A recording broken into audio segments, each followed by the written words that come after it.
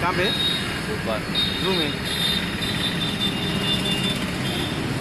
రాత్రి 10:30 గంటల ప్రాంతంలో పూట ఎవరో గుర్తు తెలియని ఒకరు దొంగలు జూ పార్కులోకి ప్రవేశించి జూ పార్కులో ఉన్నటువంటి గంధం చెట్లను 2 నరికి తీసుకొని పోయినారని ఈ రోజున అసిస్టెంట్ క్యూరేటర్ జూ పార్కు వచ్చి ఫిర్యాదు చేయడం జరిగింది. ఆ ఫిర్యాదు ఆధారంగా కేసులు నమోదు చేసినాము, దర్యాప్తు చేస్తున్నాము. ఆ కేసును రిటర్న్ చేయడానికి ప్రయత్నం చేస్తున్నాము.